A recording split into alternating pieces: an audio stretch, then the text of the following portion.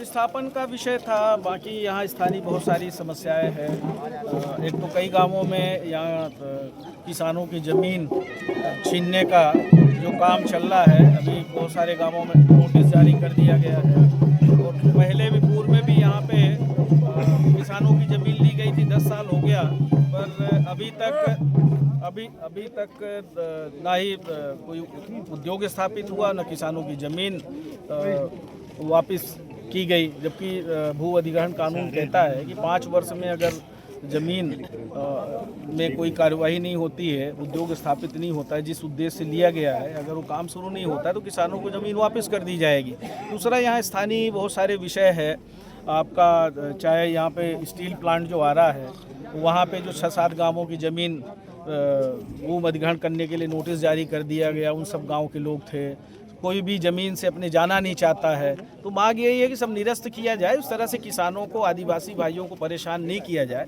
उनको भी जीने का अधिकार है। सिर्फ बड़े बड़े उद्योगपतियों के लिए नहीं है सारा कि सब साम्राज्य हम उन्हीं को लुटा दें।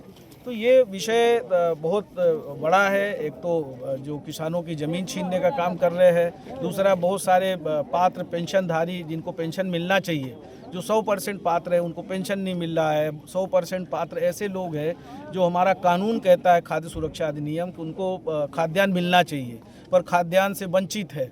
ऐसे ही खसरा खतौनी का काम बहुत दिनों से पेंडिंग है। कंप्यूटराइज जब से नक्शा हुआ तब से बहुत सारे लोगों का जो खसरा है वो इधर उधर कर दिया गया, वो ठीक नहीं कर रहे हैं। भ्रष्टाचार बहुत है।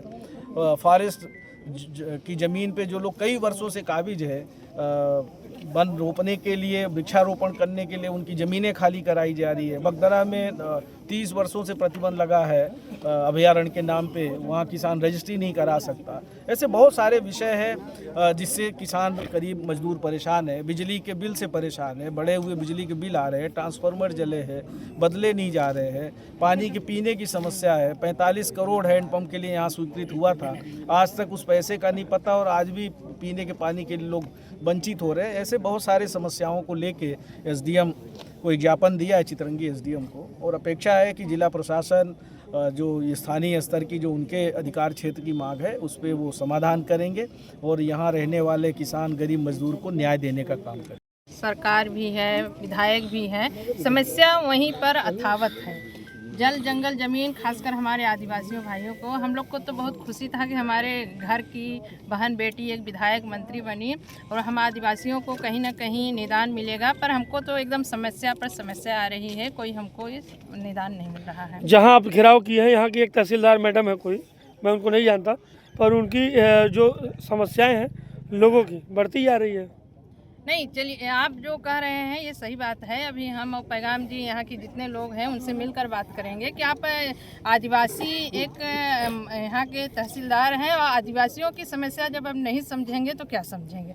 मैं, अगर वो सुन रही होंगी हमारी बात, तो मैं उनसे भी आदिवासियों की तरफ से निवेदन करना चाहती हूँ कि जो भी आदिवासियों का समस्या है वो निराकरण करें।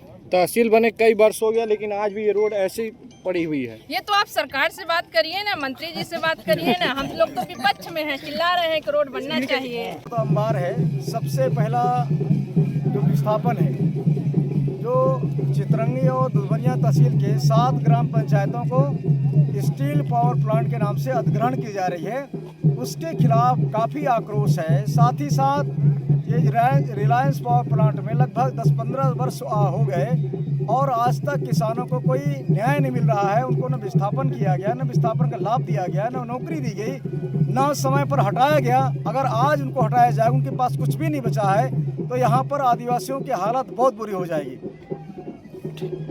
कांग्रेस के लोगों ने घेराव किया था तहसील का, क्या कुछ समस्याएं हैं? जी, अभी कुछ अपनी 18 बिंदुओं की समस्या को लेकर जिला किसान कांग्रेस कमेटी सिंगरौली ग्रामीण द्वारा अभी ज्ञापन प्रस्तुत किया गया है।